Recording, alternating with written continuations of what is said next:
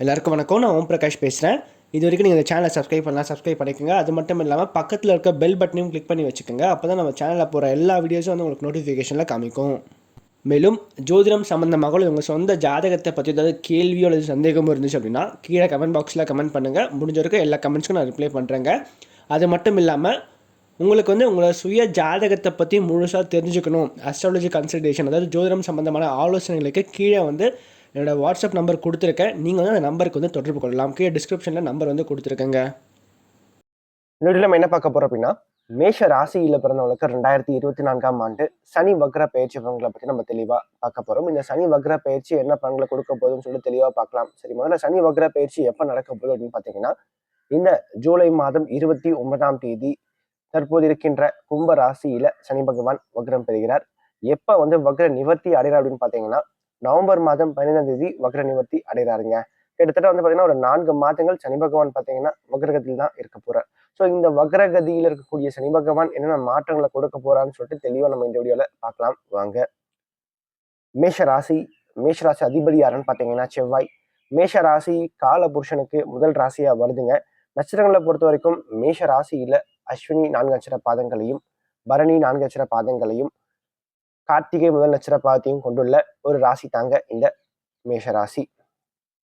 மேஷ ராசியை பொறுத்த வரைக்கும் இந்த காலகட்டங்கள்ல வந்து பாத்தீங்கன்னா ராசிக்கு 11ஆம் இடமான லாபஸ்தானத்துல சனி பகவான் தற்போது அமர்ந்து வக்ரம் பெறப்போகிறார். எப்பவுமே ஒரு கிரகம் ஆட்சி பெற்று வக்ரம் பெறும்போது அது கொஞ்சம் பலம் இழக்குகின்ற ஒரு தன்மையை தான் வந்து சனி பகவான் பெறுவார். சரிங்களா? ஸோ இந்த காலகட்டங்கள்ல நீங்க பார்க்கும்போது பாத்தீங்கன்னா சனி பகவான் 11ஆம் இடத்துல கொஞ்சம் பலம் இழக்கிறார் அப்படின்னு தான் சொல்லணும். அப்போ இந்த காலகட்டத்தை பொறுத்த வரைக்கும் நீங்க பொருளாதார ரீதியா கொஞ்சம் வந்து கவனம் அதிகமா எடுத்துக்கணும் அப்படின்னு சொல்லலாம். பணம் பரிவர்த்தனை பண்றது, பணத்தை நம்பி ஒப்படைக்கிறது, கடனா கொடுக்கறது, கடன் வாங்குறது, ஸோ இந்த மாதிரியான விஷயங்களை இந்த ஒரு 4 மாதங்களுக்கு தள்ளி வைக்கிறது கொஞ்சம் நல்லா இருக்கும் மேஷ ராசிக்காரங்களை பொறுத்த வரைக்கும் அப்படின்னு சொல்லலாம்.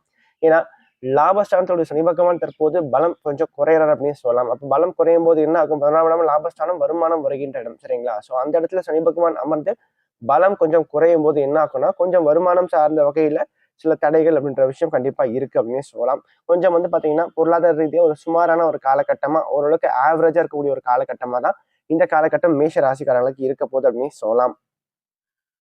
அதற்கடுத்து வந்து பாத்தீங்கன்னா ராசிக்கு 12ஆம் இடமான அந்த விரயஸ்தானத்துல ராகு இருக்கிறதும், ராசிக்கு 2ஆம் இடத்துல குரு பகவான் இருக்கிறது ஓரளவுக்கு பலம் அப்படின்னு சொல்லலாம். ஸோ இந்த காலகட்டங்களை பொறுத்த வரைக்கும் திரைக்கடல் தேடியும் திரவியம் தேடியும் சொல்லுவாங்க பாத்தீங்களா, அந்த மாதிரி வந்து இருக்கிற இடத்தை விட்டு வெளியே போய் பிழைக்கிறதுக்கான வாய்ப்புகளை வந்து பாத்தீங்கன்னா இந்த குரு பகவானும் சரி ராகுவும் சரி கண்டிப்பா உங்களுக்கு ஏற்படுத்தி கொடுப்பாங்க அப்படின்னு சொல்லலாம். ஸோ அப்போ வந்து பாத்தீங்கன்னா இந்த காலகட்டங்களை பொறுத்த வரைக்கும் அப்ராட் போறதுக்கு நல்ல ஒரு ஆப்பர்ச்சுனிட்டிஸ் கண்டிப்பா தேடி வரப்போகுது அப்படின்னு சொல்லலாம். ஸோ யாரெல்லாம் வந்து வெளிநாடு போகணும், வெளியூர் போகணும்னு சொல்லிட்டு அங்க போயிட்டு வேலைக்காக முயற்சி பண்ணிட்டு இருக்கீங்க, ரொம்ப நாள் கிடைக்காம இருக்கு, ஏதோ ஒரு விஷயத்தால ஒரு டிலே ஆயிட்டே இருக்கு அல்லது தாமதம் ஆயிட்டே இருக்குன்னா, ஸோ இவங்களுக்கு இந்த காலகட்டத்தில் வெளிநாடு போறதுக்கான வாய்ப்புகளை கண்டிப்பா இந்த ராகுவும் குருவும் கண்டிப்பா ஏற்படுத்தி கொடுக்க போறாங்க அப்படின்னு சொல்லலாம்.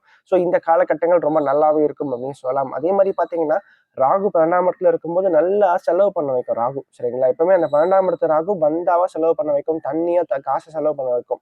ஸோ அப்ப முடிஞ்ச வரைக்கும் இந்த காலகட்டங்கள்ல பணத்தை அதிகமா செலவு பண்றதை குறைச்சிக்கங்க, சேவிங்ஸை அதிகப்படுத்திக்கங்க இந்த காலகட்டத்துல.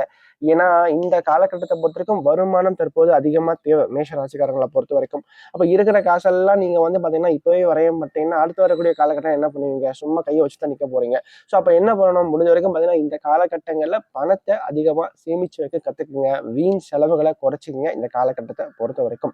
அதே மாதிரி 2ஆம் இடமான குடும்பஸ்தானத்துல குரு பகவான் அமர்ந்திருக்கிறது நல்ல ஒரு அமைப்பு தான். குடும்ப வாழ்க்கை நல்லா இருக்கும். ஓரளவுக்கு வருமானத்தை கண்டிப்பா குரு பகவான் கொடுப்பார். என்னதான் சனி வந்து ஒரு வருமானத்தை செலவு பண்ண வச்சாலும் குரு ஓரளவுக்கு வருமானத்தை கொடுப்பாருங்க. அதனால சொன்னா ஒரு அளவுக்கு ஆவரேஜான ஒரு காலகட்டமா இந்த காலகட்டம் பொருளாதார ரீதியா கண்டிப்பா இருக்கும் அப்படின்னு சொல்லலாம். ஏன்னா குரு பாக்கியாதிபதி. சரிங்களா? பாக்கியாதிபதி வந்து 2ல உட்காரும் போது ஓரளவுக்கு வருமானத்தை கொடுத்து ஆகணும். ஸோ அதை கொடுக்கின்ற வருமானத்தை இந்த ராகுவும் சனியும் வந்து செலவு செய்ய வைப்பாங்க. ஸோ அப்போ நீங்க இந்த காலகட்டத்தை பொறுத்த வரைக்கும் முடிஞ்ச வரைக்கும் பார்த்தீங்கன்னா செலவுகளை குறைச்சிக்கிறது உங்களுக்கு சிறப்பு அப்படின்னு சொல்லலாம். அதே மாதிரி குடும்ப வாழ்க்கையை பொறுத்த வரைக்கும் இந்த காலகட்டங்கள்ல 2ஆம் இடத்துல குரு பகவான் அமர்ந்திருக்கிறது அவர்களுக்கு நல்ல ஒரு குடும்ப வாழ்க்கையை அமைச்சு கொடுக்குங்க. குறிப்பா திருமண வயதுல இருக்கக்கூடிய மேஷ ராசிக்காரங்களுக்கு இந்த காலகட்டம் ஓரளவுக்கு திருமணத்துக்கு நல்ல ஒரு காலகட்டம் அப்படின்னு சொல்லலாம். ஸோ இப்போது வரன் தேடிட்டு இருக்கீங்கன்னா டக்குன்னு வந்து திருமணம் வந்து முடியறதுக்கான வாய்ப்புகளை கண்டிப்பா இந்த குரு பகவான் ஏற்படுத்தி கொடுப்பாருங்க. நல்ல ஒரு திருமண வாழ்க்கையும் அந்த திருமண வாழ்க்கையை வந்து இருக்க போகுது அப்படின்னு சொல்லலாம். அதே மாதிரி கொடுத்த வாக்கை காப்பாத்திடுவீங்க. மேலும் வந்து பாத்தீங்கன்னா இந்த காலகட்டத்துல அந்த வாக்கையே தொழிலா கொண்டு செய்யறவங்க, பேச்சையே தொழிலா கொண்டு செய்யக்கூடியவங்க, இந்த டீச்சர்ஸ், அப்புறம் வந்து பாத்தீங்கன்னா பேங்க் செக்டர்ல இருக்கக்கூடியவங்க, அக்கௌண்ட் சம்பந்தப்பட்ட துறையில இருக்கக்கூடியவங்க, வங்கியில் இருக்கக்கூடியவங்க. ஸோ இவங்க எல்லாருக்கும் ஓரளவுக்கு நல்ல ஒரு காலகட்டமா தான் இந்த காலகட்டம் இருக்க போகுது அப்படின்னே சொல்லலாம், மேஷ ராசிக்காரங்களை பொறுத்த வரைக்கும். அதுக்கடுத்து ராசிக்கு 6ஆம் இடத்துல கேதுங்க.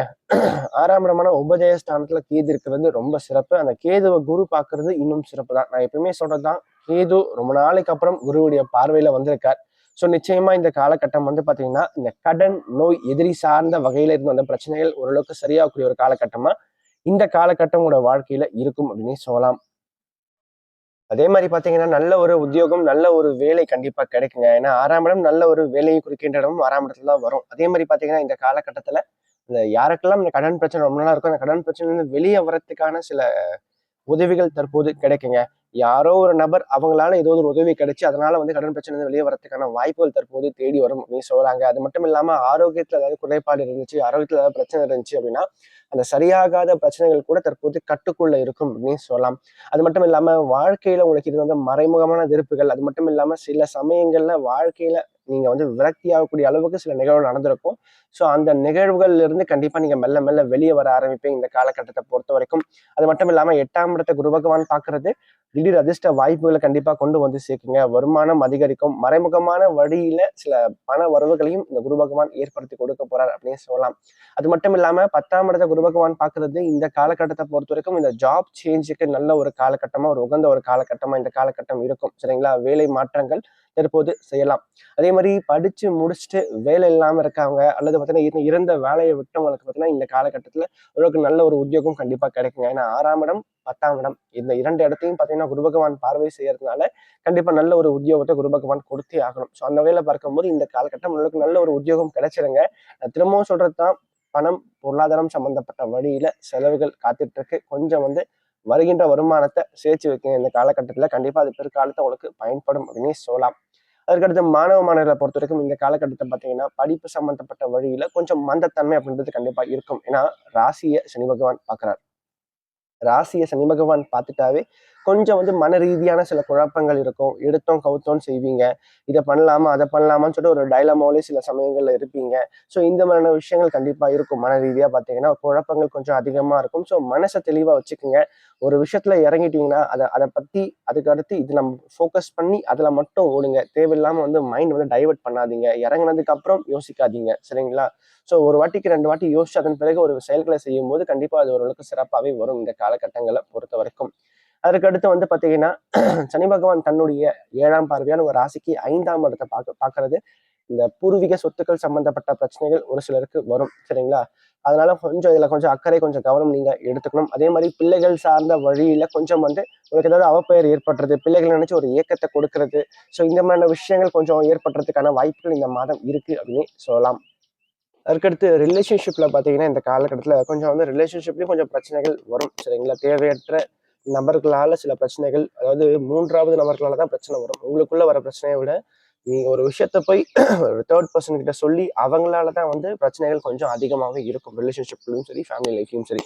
கொஞ்சம் முடிஞ்ச வரைக்கும் பாத்தீங்கன்னா உங்களுக்குள்ள இருக்கக்கூடிய பிரச்சனைகளை நீங்களாவே பேசி தீர்த்துக்கிறது கொஞ்சம் சிறப்பா இருக்கும் இந்த காலகட்டங்களை பொறுத்த வரைக்கும். ஏன்னா சனி லாபஸ்தானத்துல வக்ரமா இருக்கிறதும் 5ஆம் இடத்தை பார்க்கறதும் உங்களோட ஆசைகள் கொஞ்சம் வந்து பாத்தீங்கன்னா இந்த இடத்துல பிரச்சனைக்குரியதா போறதுக்கான வாய்ப்புகள் இருக்கு. ஸோ அப்போ வந்து கொஞ்சம் வந்து கவனம் நீங்க இந்த மாதிரியான விஷயங்களை எடுத்துக்கிறது சிறப்பா இருக்கும் மேஷ ராசிக்காரங்களை பொறுத்த வரைக்கும். அதோட மட்டும் இல்லாம என்ன இருந்தாலும் குடும்பஸ்தானத்துல குரு பகவான் இருக்கிறது உங்க பேச்சாலேயே நீங்க வந்து பாத்தீங்கன்னா எல்லா பிரச்சனையும் சமாளிச்சிருவீங்க. ஆனாலும் வரக்கூடிய பிரச்சனைகளை கொஞ்சம் நீங்க பார்த்து நிதானமா கையாளுறது சிறப்பா இருக்கும் அப்படின்னு சொல்லலாம்.